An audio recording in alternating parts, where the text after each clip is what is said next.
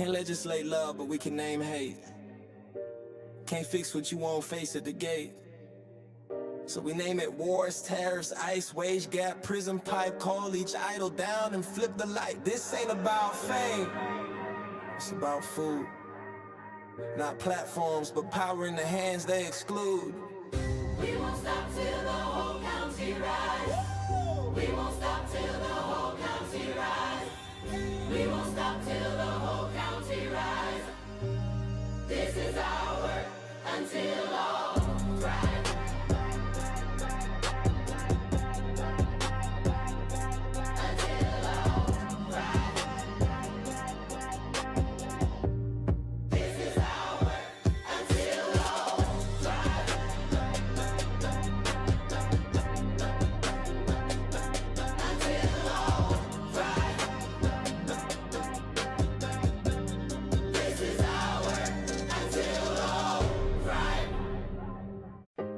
Can't legislate love, but we can name hate. Can't fix what you won't face at the gate. So we name it wars, tariffs, ice, wage gap, prison pipe, call each idol down and flip the light. This ain't about fame, it's about food. Not platforms, but power in the hands they exclude. We won't stop till the whole county rise. We won't stop till the whole county rise. We won't stop till the whole county rise. This is our work until all thrive.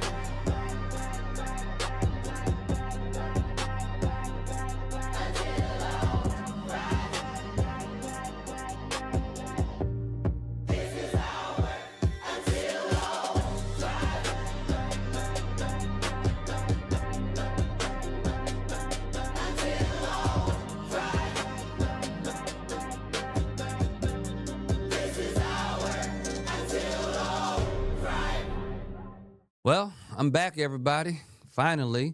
Apologize for that for a few minutes. I was trying to make sure I was indeed live. Thought I was posting directly to Facebook, but it's actually a link through my YouTube. And so if you are out there, shout out that you are out there. I'm glad that you are here. I'm James Gailliard. Welcome Until All Thrive. I've taken a little bit of a hiatus, and now I'm back on. I think it's the severity of the moment that has me back on.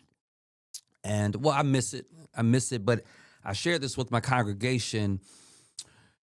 The work that's attached to the research to come on air every week is significant. And so I do just about an hour show. I really want to do a little longer than that, but I'll probably do, not quite an hour show. And, it's about 4 hours of me putting together research to get ready to do the show. So it takes a minute. So welcome. I'm glad you're here. Would you share this with someone? I'm James Gailliard. I'm your host on Until All Thrive. Shout me out. Let folk know that we're on. I'm going to do my best to come on once a week, probably on Mondays before we get to the 6 o'clock hour. So our folk that are on their way to wellness at the point, I won't interfere with that. Today, I want to talk about the SAVE Act, the first half of the show.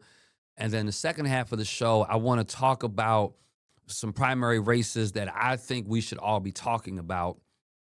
And so those are the things that we're going to cover today, the SAVE Act, and then some primary races. If there's a race you'd like me to weigh in on, or you'd like me to talk about, please go ahead and let me know that, okay? So let's jump in. I want to talk about the SAVE Act. It is in the Congress. I think people oftentimes don't recognize the severity of many of these bills, and I just want us to be more knowledgeable and more aware. I'm concerned about the complacency of the people, or what appears to be, from my perspective anyway, the complacency of the people. And a good example for me is the SAVE Act, because oftentimes we don't know what's in legislation. And that's the whole point of the show. I try to bring together the triangle of pastoral leadership, civic engagement, and just leadership principles in general. The SAVE Act is literally SAVE, S-A-V-E, is an acrostic. It stands for Safeguard American Voter Eligibility. Safeguard American Voter Eligibility. Now, first of all, let me just give you Legislation 101. They always make bills sound, all of us do it, but the bills always sound so super amazing. The Patriot Act and the Parental Choice Act and the Save Our Family Act, or whatever the case is, right? And so the SAVE Act is no different. It sounds very reasonable. Safeguard American voter eligibility. Who wouldn't safeguard elections? So let's dig into it a little bit and let's find out what it really does. And let's talk a little bit about why we need to oppose it. First of all, let's be mindful of what happens today. What happens today is when you and I register to vote, we sign a form. And we sign a form that basically says, I am a United States citizen, and my signature now swears this. And if I'm not a United States citizen, I recognize I have perjured myself. Now, if I perjure myself because I claim I'm a United States citizen and I'm not, I go to jail. There's already a federal law for this. And guess what? It works really well, right? The law works great. And the reality of it is non-citizen voting is already a federal crime. So when I was in the General Assembly, we referred to this as a solution in search of a problem. So they have authored a solution, but the reality of it is there's no problem. Can we put our thinking caps on for just a moment? If we put our thinking caps on for just a moment, we would recognize that we already have, at least on a good election cycle, 35%, anywhere from 35 to 60% of the people don't vote at all. So just intuitively speaking, it's a little strange that we're passing legislation because people that shouldn't be voting are, when we already have the data that suggests the people that should be voting are not. So you're telling me we need legislation for the people that shouldn't be voting but are, yet all the data says that there are people who should be voting and are not. So just intuitively speaking, something's wrong with the bill. So let's kind of process it a little bit. And so because the way we already do things federally is not good enough, you can't just swear you're a United States citizen. Now, under the SAVE Act, you have to prove it, okay? So reasonable enough. I need to prove that I'm a United States citizen. So I can't do it by mail-in. I have got to walk in, and I got to bring certain documents. But I can't just bring any documents. I have to bring certain documents to prove it, okay? So I need a U.S. passport. Now, let's park here for just one moment. You've heard poll tax, right? The poll tax was abolished in the 24th Amendment. And I'm trying to remember what the data was now. I'll find it in a second. The 24th Amendment basically said that you can't charge people to vote. I'm just oversimplifying it, right? And so there were all types of mechanisms set up to keep people from voting, particularly people that were of low wealth, very limited income, to keep them from participating in the process. They created a poll tax. If we were extrapolate the poll tax into $2026, the poll tax in 2026 would have been $10.64. Okay? Now let's go back to what I was about to say. The poll tax in today's economy would be a little bit over $10. Now, in order for me to vote under the SAVE Act, I need certain documentation. And one of the documentations that I need is a U.S. passport. A U.S. passport costs $165. So now I've got a poll tax that is what? 10 times, 12 times, 13 times higher than the poll tax was when we had the 24th Amendment. So you need a passport. If you don't already have a passport, you need a real ID. I've been flying a lot lately, and I'm amazed by how many people don't have real ID, and they have to pay like $45 charge. I want to say that's what I heard when I was at the TSA line. And so a lot of people don't have real ID. And or I need a birth certificate plus a photo ID. Now, I know for many of us that doesn't sound unreasonable. And I'm probably going to get to this later on in the show. For those of you just tuning in, this is James Gailliard, and I'm your host of Until All Thrive. And today we're talking about the SAVE Act in the first segment of the show. And then in the second segment of the show, I'm going to go through some pivotal primary races because tomorrow's election day. If you've already voted, go ahead and type in, I've already voted. And so the SAVE Act, I need a U.S. passport. U.S. passport costs more than what the poll tax would be if we extrapolated the amount to today. Or I need a real ID with a certain type of photo ID, a birth certificate rather, and a photo ID. You're saying, okay, that's not unreasonable. But just what you want us to realize, there are so many older saints or older members of our community that when they were born, they didn't go to a hospital. They had midwives. And particularly when you looking at people that are 80, 90, 100 years old, a lot of times the midwives were not able to file the proper paperwork. So you have lots of older people who to this day can't get a birth certificate because one was never filed for them. And I know that's really foreign for us, that we don't understand that reality, but that's the reality of it. And so you need a birth certificate and a photo ID, and the birth certificate has to meet like 7 specific requirements. And we know the way birth certificates are filed county by county, state by state can be very, very different, particularly ones, as I said, 70, 80, 90 years old. Both your names have to be, your name has to be on both documents that you submit, and the names have to match. If they don't match, end of game, there's nothing else you can do. The bill also requires that anyone who registers by mail has to come in person to show their documents. So mail registration and online registration for all practical purposes is over with under the SAVE Act. Keep in mind, folks, the objective here is not to make elections fair or free. The objective is to keep as many people from the voting process as possible. Because the truth of the matter is when large groups of United States citizens vote, they by and large do not vote for Republican candidates as the nation. So let's talk about what this means locally for us. There's about 6,000 non-citizens in the counties that I represent or will represent in Senate District 11, Nash, Franklin, and Vance. That's about 3% of the population, 3%. So 3% of everyone in Senate District 11 are not U.S. citizens. So we're now creating a whole bill that has nothing to do with 97% of the people. Like, we know that 97% of the people are not the targeted issue that they claim, which is keeping non-citizens from voting. I can tell you, I've been in the legislature before.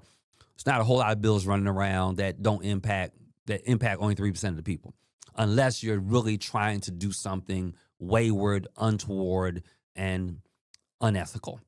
Now, let's talk about the implications of the SAVE Act for the female population, because I think a lot of times people don't put these things together. The SAVE Act has a name matching requirement. And as I said, your birth certificate has to match your current ID. Now, that seems simple, but the reality of it is 84% of women who get married take their husband's last name. Are y'all following me? Y'all tracking me? And so when they change their name, their birth certificate doesn't change.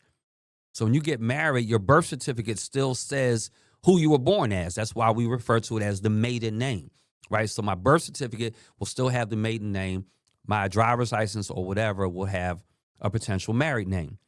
So as I'm speaking to you today on Until All Thrive podcast, 69 million American women have a birth certificate that does not match their current legal name. 69 million women have a birth certificate that doesn't match their current legal name. The Brennan Center, which is a think tank, found that only 48% of voting age women have a birth certificate that even matches. So over half of all women do not have the matching required documentation. Now, here's the part that I think people are not paying attention to that I want us to pay attention to, which I think is really interesting, because a lot of times when we start talking about things, we talk about it strictly from a lens of race. And a lot of times I do, because so many of these things are racially targeted. But what I want us to recognize is a bill like this, it negatively impacts Republican married women.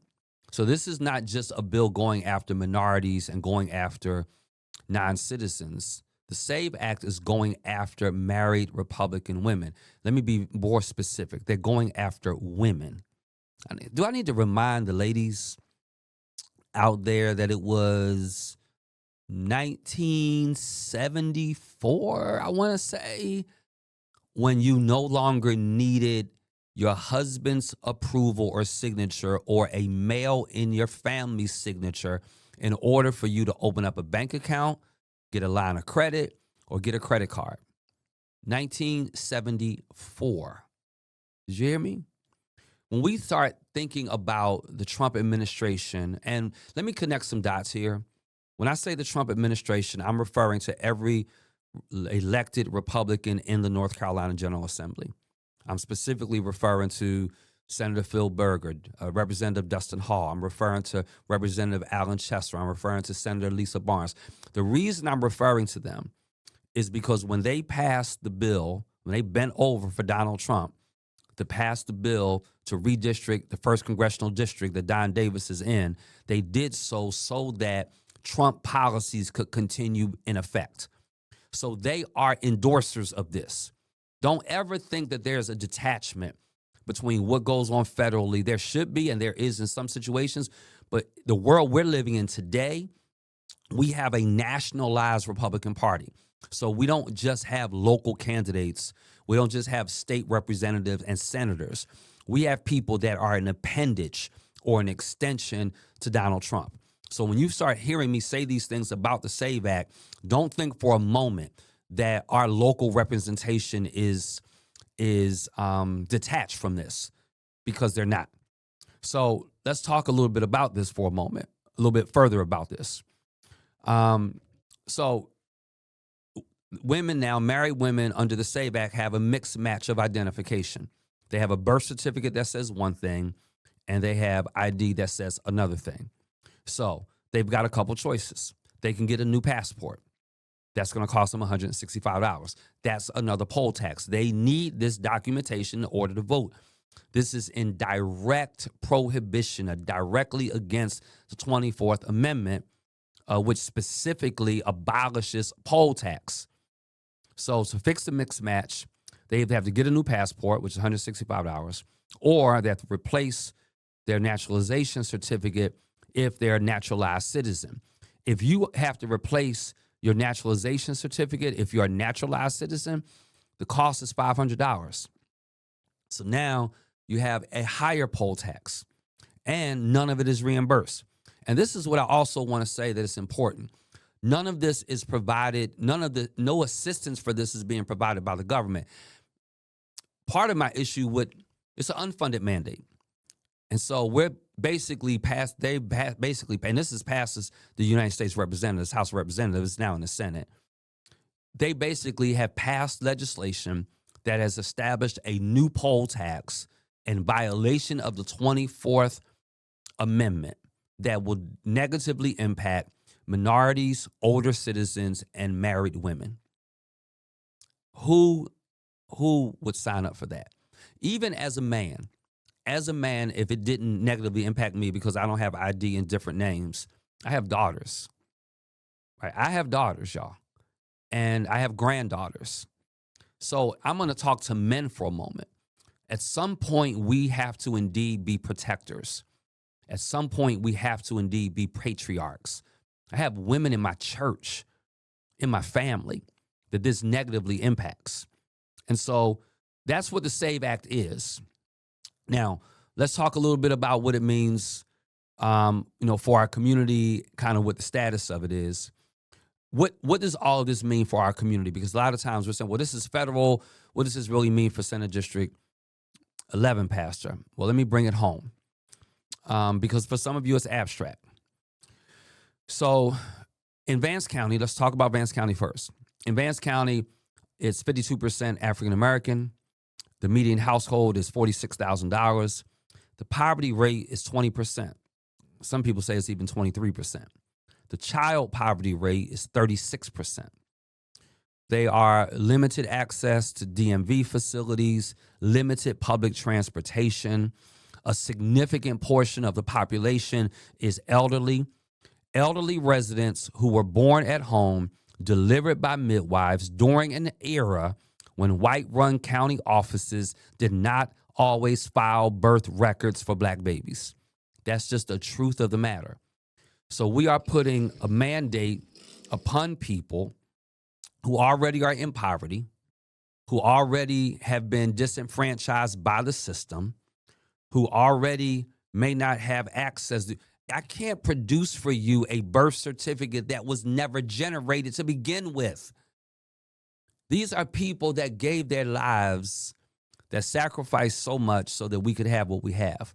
And so we have people who, through no fault of their own, many of whom are elderly, simply don't have a birth certificate that even exists. And I don't care if you have $1 billion, you can't produce something that doesn't exist. So basically, the SAVE Act would say to that elderly population, you will never vote in this country again. So let's talk about Nash County. Nash County, 42% black. Limited DMV resources. People can't be running to DMV all the time. Limited transit. People need to go to North Carolina Vital Records in Raleigh to get a certified birth certificate. It's an hour away. You have to be able to get to Raleigh. They only accept you by appointment only. And so, people are telling me that it could be once you get the appointment, you're looking at 100 days of business processing time for a mail request. Franklin County, 25% African American, a couple DMVs. They've got medical transit that's available Monday through Wednesdays only. 10% poverty rate. 4,000 locations in the county that still have no reliable broadband, meaning online document requests aren't even a real option for many families. And so all I'm trying to get us to see is that the SAVE Act is a problem, okay? It is a problem. And let's put faces to these names, because when we talk about statistics, they don't bleed, but people bleed. So in North Carolina, we look at people that, again, are older, people that don't have an extra $100 and some dollars. And if we're going to place ID requirements on people to vote, then at a minimum, we need to budget to make sure everyone has access to that ID. That does not feel unreasonable to me. And let me just say this. I'm sick of this whole, well, you can't have an ID without, you need an ID to drive, you need an ID to do this, you need an ID to do that. None of those are required rights constitutionally. So if there is a constitutional right I've been given, if you're going to require that I have ID to access that right, that at a minimum, funding needs to be available for that ID to be had. So what I will say is that I think it doesn't move. For those of you that are new to the show, this is James Gailliard. This is Until All Thrive. I'm talking about the SAVE Act, the problem with the SAVE Act, why we need to advocate against the SAVE Act. It passed the House 218 to 213. Listen, pull the record of your U.S. congressman here in North Carolina. With a 218, 213 vote, I didn't pull the votes, but I'm willing to bet everything I own that our Democratic delegation voted against it and our Republican delegation voted for it. And I'm going to double check that so when I come back on the show, I can confirm that. And so 5 votes is not a lot out of 435. It is not a lot of votes at all, which is the number of votes that we have in the U.S. House of Representatives. It is now headed to the Senate, or in the Senate. It needs 60 votes to get through the Senate. Republicans hold 53 seats. I see no way that this moves. But this is why elections matter, so that we can have people in office that represent our best interests and are willing to do what's right for all people. That's my campaign logo, Until All Thrive motto. Because at the end of the day, that's all I think any of us really want. We want everyone thriving. When you see the SAVE Act, when you see that a poll tax has now been legislated, when you see that women now are jumping through hoops to vote even if they can't. Can I tell you this one? Signature verification. So, and I don't know about you. Y'all already know I have the worst penmanship. And I literally can write my signature and it don't even look like my signature. And because I'm just depending on the mood I am, especially if my hand's a little shaky, haven't eaten yet. But sometimes, man, I'm rushing. Then if I have to sign my name a lot, like on new member certificates or something like that, man, it really gets out of whack. Here's what I want you to hear. A third party, you can literally show up to vote under the SAVE Act, and third party can, you can sign your name, and then they can look at your ID and look at your signature and say, nope, that's not your signature. That's not you. You can't vote. So when you hear this nonsense, old people, elderly people, I'm sorry, that sounded disrespectful.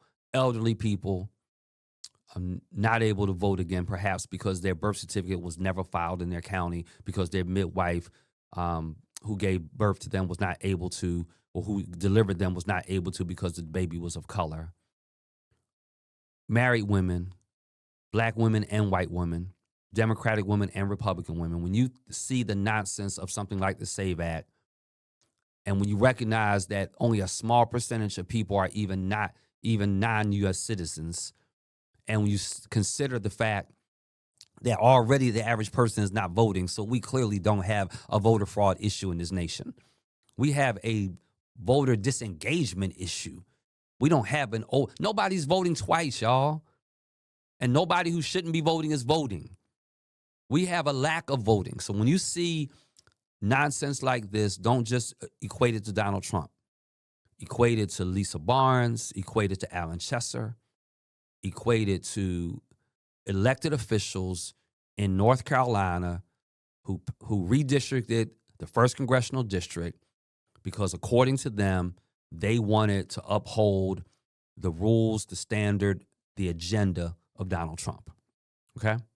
So that's the first thing I want to talk about is SAVE Act. Let me just take one quick moment of break, and I won't be long at all. Then I'm going to come back and talk about whatever several prominent, I think, primary races. Tomorrow's election day. I want to encourage everybody to get out to vote. This is James Gailliard, Until All Thrive. Go ahead and share this. I'll be right back in about 60 seconds. Can't legislate love, but we can name hate. Can't fix what you won't face at the gate. So we name it wars, tariffs, ice, wage gap, prison pipe, call each idol down and flip the light. This ain't about fame, it's about food. Not platforms, but power in the hands they exclude. We won't stop till the whole county rise. We won't stop till the whole county rise. We won't stop till the whole county rise. This is our work until all thrive.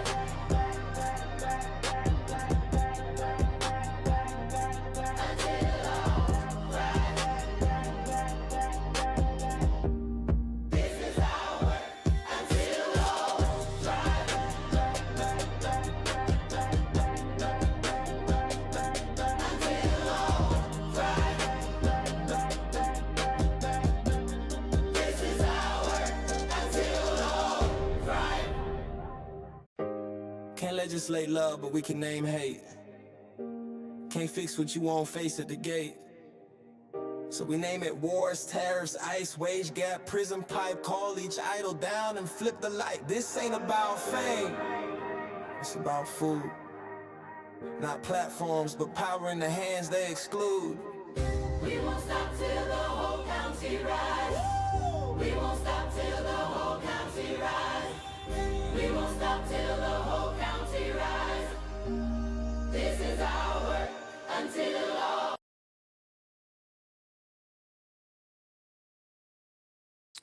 All righty, let's wrap it on up. Let's jump back in. Check out some of the comments and everything. It took me a moment to get to them. And so I'll take a look at those. Please go ahead and weigh in. I see some people that are watching. Grateful that you are doing that. So y'all clear that the Save Act is a problem. I hope I'm glad you're clear. Okay, let me jump in on some primary races. First of all, if you've not voted, shame on you. I said to our congregation, I thought it was pretty good. I shared to our congregation yesterday at Word Tabernacle Church. I said, when your favorite artist goes on tour and tickets go on sale, who do you know that waits until the day of the show to show up at the box office to get a ticket? Most people, when your favorite art, I know people who stand in line. I know people who have notifications set. When's the last time you tried to get a walk-in same-day appointment with your primary care physician? When's the last day? Where my sister's at? When's the last day you tried to get your due done? Same-day appointment, no advance. You're just going to call your hairdresser and be like, you know what? Give me the full-blown, twist the whole 9 yards, hook me up. When's the last time we tried to do that? We don't, because we know we live in a society where, generally speaking, same-day stuff is just not what we do. If I make an appointment for my hair, I make an appointment for go to a show, I make an appointment to do other things that I care about, how are we all the way past 10 days of early voting, and I have people listening to me right now that didn't vote? It's not all right, folk.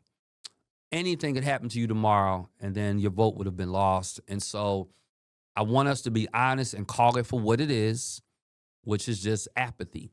It is indifference. And I want us to become educated and mature beyond that, where we recognize this really matters. And I'm going to be talking more and more about that as we move forward, okay? So let's talk about primaries real quick. Now, real thing, let me just give you a quick primer on the primaries, okay? Primer on the primaries is you either are unaffiliated voter, a Democratic voter, a Republican voter. If you are a Democrat or Republican voter, you have to take a Democratic ballot or Republican ballot. If you are an unaffiliated voter, when you get there, they will say, would you like a Democratic ballot or would you like a Republican ballot? You get a chance to choose, okay? I personally think if I could change some things around the election process, I think anybody should just be able to vote in the primaries, personally, like whoever you want to vote for. And so if you just give me whatever, Democratic ballot, Republican ballot, whatever, but general election, but a little different. But in primaries, I think if we did primaries different, we'd have better candidates in general election. Roy Cooper and Michael Wiley are what they call presumptive nominees. I'm starting at the top of the ticket and working my way down. That's the way it's going to look in November. The U.S. Senate race is going to be at the top of the ticket, or the top of the ballot, I should say, because there's no presidential race. So top of the ballot is going to be Roy Cooper. And so he's what's called a presumptive nominee. He's not the nominee. It's presumed he will be the nominee. The same way it is presumed that Whatley will be the nominee. And so this is the seat that is open because of Tom Tillis's retirement. He is not running for re-election. And it is likely that it will be between Roy Cooper and Michael Whatley. So you're going to see Roy Cooper's name and then, I don't have my ballot in front of me, 4 or 5 other names, one of which most of us know. And so obviously Roy Cooper is the person you should vote for regarding that. So I'm not going to spend a lot of time on that because this is not fun talking about that kind of stuff. The first congressional district will be interesting. Don Davis does not have an issue, but there are, I think, 4 or 5 Republicans that want to vie against him in November. And so for those of us who have, or those of you, because I'm a Democrat, for those of you that have unaffiliated and ask for a Republican ballot, you will see several names. Laurie Buckhout is on that Republican ballot. State Senator Bobby Hannick. I actually served with him in the State House. Carteret County Sheriff Asa Buck. So it's going to be very interesting. Keep me put a pin in that around these sheriffs running for office. It's going to be very interesting how that shakes out. I don't really know who comes out of that race. It's going to be very interesting. Whoever it is, Don Davis can beat them. And we're going to certainly work as hard as we can to make sure that Don Davis does come out of it. Here's the interesting thing. I'm talking about in November now. But here's the interesting thing about primaries. When you've got like 5 candidates, there's for this race, there's a 30% threshold. So you've got, 4 candidates. You got these candidates who are there, 5 candidates. You have 5 candidates. There's a 30% required threshold in order to win outright. So there's a real possibility that it goes to a runoff. The runoff is May 12th. The turnout is even worse on the runoff. And so none of the 5 have a clear, dominant coalition, which means the vote could split in enough directions to prevent anyone from getting the 30%. On the Democratic side, Don Davis is running for re-election despite the longer odds that the new map creates. I'm going to say this in the microphone constantly now until November. Whatever lines they have redrawn, we're going to win on those lines. And Don Davis is going to win this re-election because we're going to turn out voting precinct by precinct.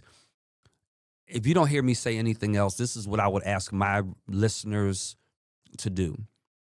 Adopt a precinct. 1 voter precinct. It can be the voter precinct you vote in. And say, I'm going to do everything I can to help voter turnout in this 1 precinct. I would highly encourage everyone to do that. That's what's going to win these races, and that's what's going to make the difference. Okay, let me move on. I'm going to get local, so just hang in there for a minute, okay? I'm going to get local in a second. Phil Berger and Sam Page. I've been talking about this race for a while. The most powerful, in my opinion, the most powerful senator in the state is Senator Phil Berger. He leads the Senate. He is the #1 fundraiser for the Senate. Y'all, he is in the primary of his life. He has been in the General Assembly like 25 years. He has a son who's a county commissioner. He has another son who's on the U.S. Supreme Court. It is a very powerful family, and it is a very unethical, immoral family. And most things bad in this state that have happened, you can give Phil Berger credit for having something to do with it. Let me tell you why I'm talking about this race. If you live in Guilford County, I would highly recommend paying attention to this race. This race, or Rockingham County as well. So his Senate district is Rockingham County and Guilford County. Sam Page was sheriff for like 25, 6, 7 years, something crazy. Very popular, very well known, very liked in Rockingham County.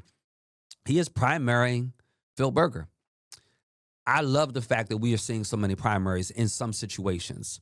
Let me talk a little bit about that. If you are an incumbent means you're already in office, and you are being primaried, it is likely because you have really highly offended some people you should not have highly offended. Phil Berger has been one of the most corrupt, immoral, unethical leaders we've had in North Carolina history. If you have friends that live in Guilford County that are unaffiliated and they still haven't voted, ask them that when they get to the voting location tomorrow to ask for a Republican ballot and to vote for Sam Page against Phil Berger. And then the Democrat that we're going to run in November would run against a person who is not an incumbent. And not only do we have an opportunity to take that seat, at a minimum, we have an opportunity to minimize the corruption that we've seen. And it changes the calculus because he's the #1 fundraiser in the Senate. And because he's never really been challenged, all the money he raises, he then donates or gives to the most competitive races. So when you take out the big fundraiser, now there's no longer money available for the competitive races. Now that there's no longer outside money available for the competitive races, it evens the playing field for those races. So this race, I cannot wait. Like, I literally will be staying up tomorrow night watching the results of this because I'm excited beyond measure about the potential of this race. I think Phil Berger has a real chance of losing. I mean, he has been the primary architect of legislation that's been so damaging to Eastern North Carolina. Education funding cuts, the delay of Medicaid expansion, the voucher program that's draining public school resources. Y'all hear me. If Phil Berger loses, it changes the power dynamics in Raleigh in a way that we have not seen in generations. You know me, I'm not afraid to call it like it is. I think it is not smart that the Democratic Party has stayed out of this race.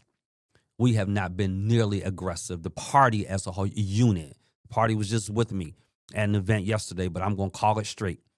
We have a real opportunity to take out Phil Berger, and we're not taking advantage of it.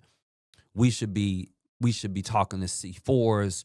We should be talking to C3s on voter education and engagement. We should be having conversations with unaffiliated voters, even as Democrats, telling them how they could wield influence to make North Carolina better, literally by tomorrow night. It would be a game changer, and we are not being nearly aggressive enough about it. And so I think it's a loss. I think as Dems, we just don't know how to play chess, and I think it's hurting us again. And so this is a great opportunity. Especially if this race is close, I'm going to blame Democrats for not being more engaged. So there's another race I want to talk about that I want to pay attention to because it has some interesting dynamics, even within the Black community with older versus younger voters. And Valerie Foushee, this is a U.S. congressional race in Durham. Valerie Foushee, this is the 4th congressional district. I've talked a little bit about the 1st. That's Don Davis. I'll tell you who's going to run there. The 3rd, I'll get to the 3rd in a minute. That's like Greenville and all that stuff. I may go over just a little bit because I know y'all are waiting to get to some of our local races. But I'm trying to get you to see the bigger political landscape because I want us to become more versed in the broadband political landscape. Valerie Foushee is really political elite. I served with her when she was in the state Senate. I was in the state House. Love Valerie Foushee.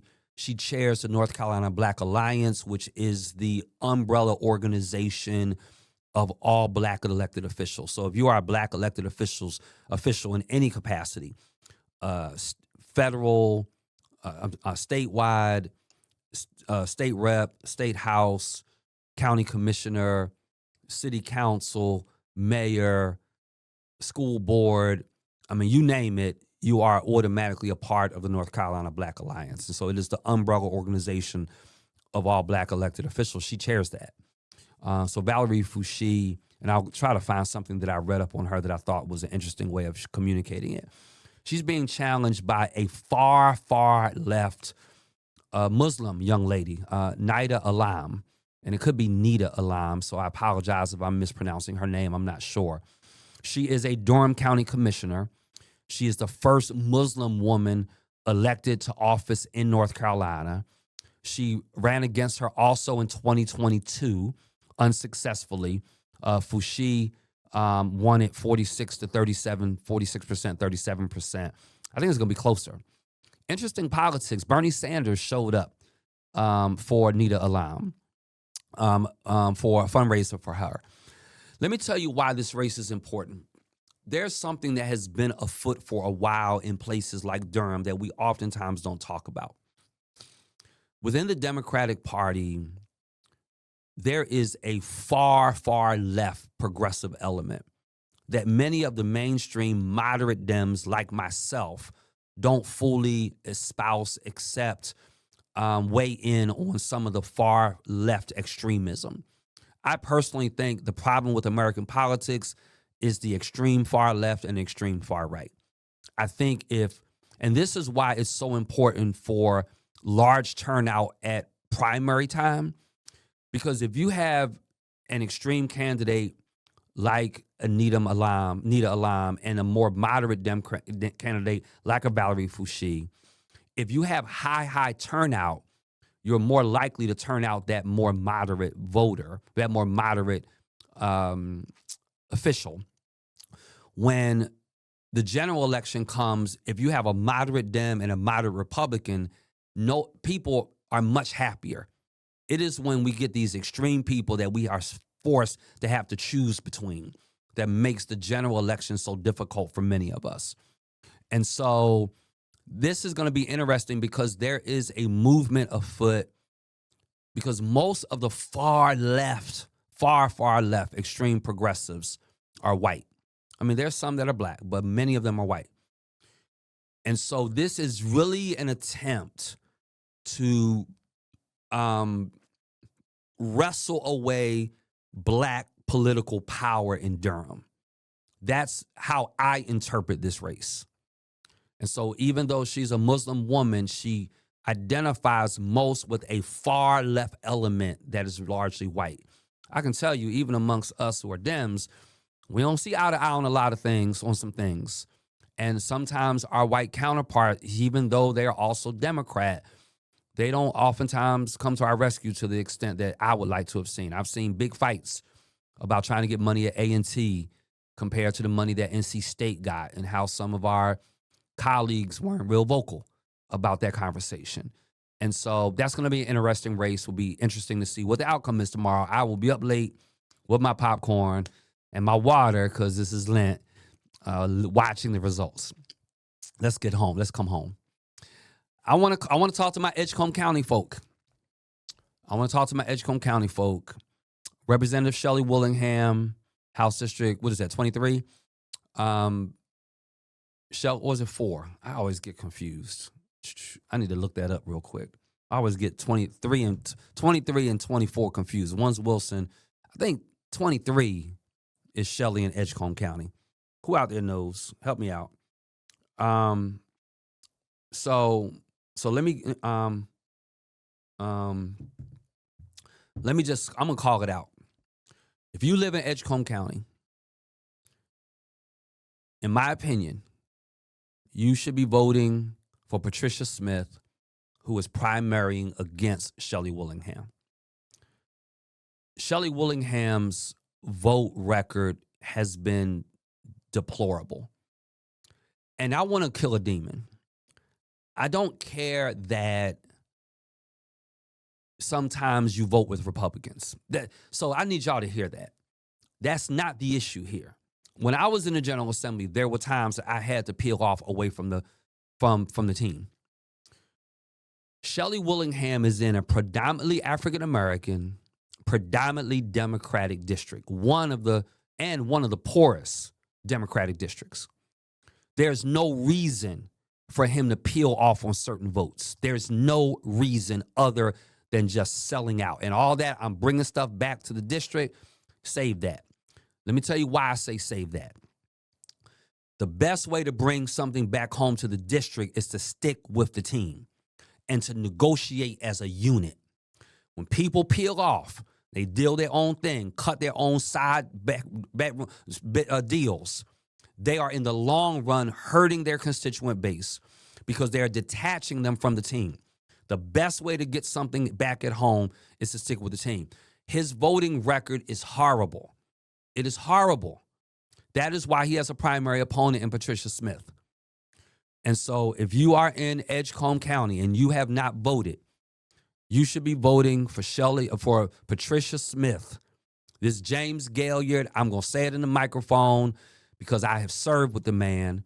I don't dislike him. I don't disrespect him. But his voting record does not properly represent the best interest of people that live in Edgecombe County, period, dot. And so I'm looking up real quick because I should know, but I don't know, or at least I'm forgetting. So give me 1 second. I'm going to tell y'all exactly. Willingham. Shelley Willingham. All right, let me see. House District 23. So if you are in Edgecombe County, Martin County, House District 23, You have a primary race with Shelley Willingham and Patricia Smith. I think Patricia Smith is the better candidate. It's interesting. Many of us have great regard for G.K. Butterfield, former Congressman G.K. Butterfield. Former Congressman G.K. Butterfield endorsed. Well, this is a different race, not the race for Shelley Willingham, but it's another race I'm going to talk about. I think it's really important. Governor Josh Stein has weighed in on this. It's been too much overriding of vetoes. And there's just some peeling off that you don't need to do. There's no way you should be voting for opportunity scholarships in Edgecombe County. No way. As much as the public school system in Edgecombe County is struggling, what? Yeah, absolutely not. Okay, so y'all heard me, right? Put the message out. Let me talk about Rodney Pierce. Rodney Pierce is next up on my list. I'm looking up to see what his district is. I should know off the top of my head, but I can't keep all this stuff straight. He was with us yesterday at the church. I've attended his fundraisers. And Rodney Pierce, North Carolina. Rodney Pierce, 27th district.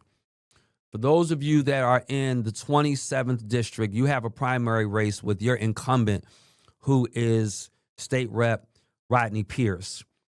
I would, again, want to encourage you, for those of you that trying to look at the dynamics of it, Roanoke Rapids area, Warren County area, other areas, Rodney Pierce has done a great job. And he defeated Michael Ray, who was a longstanding white Democrat who really was a Republican. I told the folk yesterday, and I'm going to say it again because I'm sure some of you weren't at the event. When I was a freshman in the State House, Michael Ray walked up to me, and this is what he said. I don't think blacks and whites should have babies together. Now, mind you, he's talking to a biracial man. That is the degree of racism in this man representing a predominantly African-American district. He's bought votes for years. He has had people wrapped around his finger. He has been unethical and has spent more time cutting back deals with Republicans to the detriment of Roanoke Rapids area and District 27. Please, please, please vote for Rodney Pierce. He is doing an outstanding job. He should be reelected. This is why turnout is so important. We need to turn out everyone we can in his district. Let me shout out. Let me look it up real fast while I have y'all, so we know exactly what the counties are for the 27th district, because I want to make sure I'm covering all these counties the correct way. Let me just Google it real quick. What counties are in House District?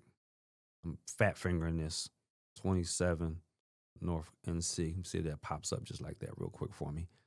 Halifax, Northampton, and Warren counties. If you have family in Halifax, Northampton, or Warren counties, would you call them, please? Would you ask them if they have voted? And if they have not, would you ask them, please vote for Rodney Pierce, send him back to the North Carolina General Assembly? All righty. Let me see. What haven't I covered? We have another interesting House race. I'm going to close on this one. I think that's everything I really need. I mean, I probably other stuff I should cover, but I'm out of time. So let me just say one final thing. There's another interesting. Oh, I'm sorry. There's a county commissioner race with former district court Judge Quentin Sumner. Won't say the other two people that that's opposing him. There's no question that Judge Quentin Sumner should be elected into that county commissioner seat. So if you see Quentin Sumner's name on your ballot for county commissioner, I want to really encourage you around that vote. We have a member, Erica Mitchell, who has run for county commissioner. I want to shout out everybody who has run for county commissioner and who has run for office in general. Thank you for running, and just want to encourage you to vote for those candidates. You see, there's one final Nash County race, House race. Lorenzo Wilkins narrowly lost to Alan Chester. This is my old seat.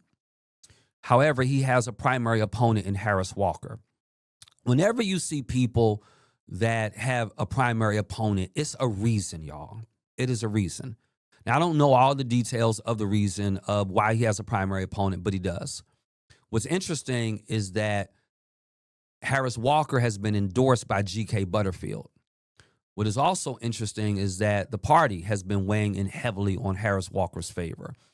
And so I'm in an awkward position with this race because I need both Harris Walker voters and Lorenzo Wilkins voters to vote for me for the Senate. I don't have that situation with Rodney Pierce's race. I don't have that situation with Shelley Willingham's race. I do have that situation with their race. What I will say to you is that people have been endorsing Harris Walker. I do believe whoever wins that we should be winning House District 25. Alan Chester should never represent us after December 31st. So I want to encourage you to weigh in on that race. You have two options. A person who narrowly lost and a person that has been very aggressive, been endorsed by several people in this race that are high-profile people. I think because this is the thing I want us to think about. The question in primaries are often this: who is the person most likely to win in the general election? So we have to take the emotion out of it. That's why I appreciate G.K. Butterfield's endorsement of Harris Walker, because he's like, look, this is not about race. I think he has the best chance to win in the general election. So when you're thinking about who you're voting for, don't let race and friendship and all of that be the ultimate driver. The ultimate driver is who can win this thing. Let me tell you where you see this. You see this in Texas right now with Jasmine Crockett and James Tallarico. You know, I love the fact that they have two such strong candidates. I personally think, knowing what I know about the Texas electorate, I think James Tallarico is more likely to have a better chance in the general election. You know, so it's going to be interesting. I can't wait to see the outcome of that as well. Shout out Freddie Haynes, who's running as well. I think he's going to do fine. And once he gets through this primary in Texas, he's going to wind up going to Congress. I think that's everything. Raymond Smith, 3rd Congressional District. He has an opponent. I forget her name. Want to encourage you, if you are in the Greenville area, if you are in the 3rd Congressional District, trying to see if I can find her name real quick. If you are in the 3rd Congressional District, I want to encourage you to vote for Raymond Smith. Raymond Smith and I were seatmates in the North Carolina General Assembly. He is a native of that area. He has been in the political machinery for a while. He knows his way around. He's smart. He's a military vet. He'll do an outstanding job. He can beat Greg Murphy, who's a Republican incumbent. All of us served in the state house together, so Raymond knows his way around this race. And when they redrew the 1st Congressional District, they had to touch the 3rd Congressional District, which means that the 3rd is now more competitive for Democrats. So if you have friends in Greenville, make sure they're going out to vote. Hey, listen, y'all, I'm out of time. And so thank you for listening. Thank you for watching. I'm James Gailliard. This show is called Until All Thrive. I'm going to do my best to bring you content every single week so that we can become more politically engaged, more aware of the things that most impact us. If you have something that you'd like me to talk about, would you go ahead and drop it in the chat, share it with me, inbox me, email me, james@jamesgailliard.com. I'm also running for office as well. You can find out all about my race at jamesgailliard.com. This is Until All Thrive. We'll be back next week with a new segment. Y'all have an outstanding day.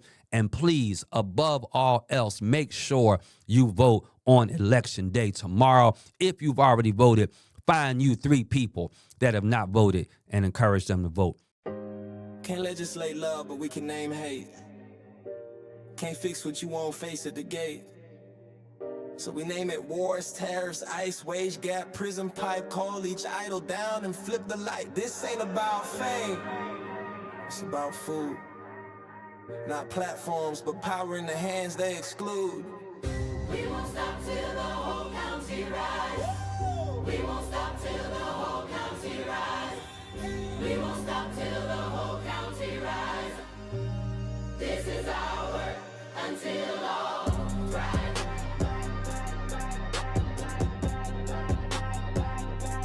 Until all thrive.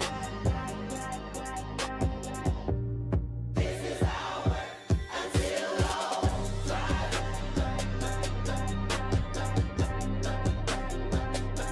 Until all thrive. This is our work until all thrive. Can't legislate love, but we can name hate. Can't fix what you won't face at the gate. So we name it wars, tariffs, ice, wage gap, prison pipe, call each idol down and flip the light. This ain't about fame, it's about food. Not platforms, but power in the hands they exclude. We won't stop till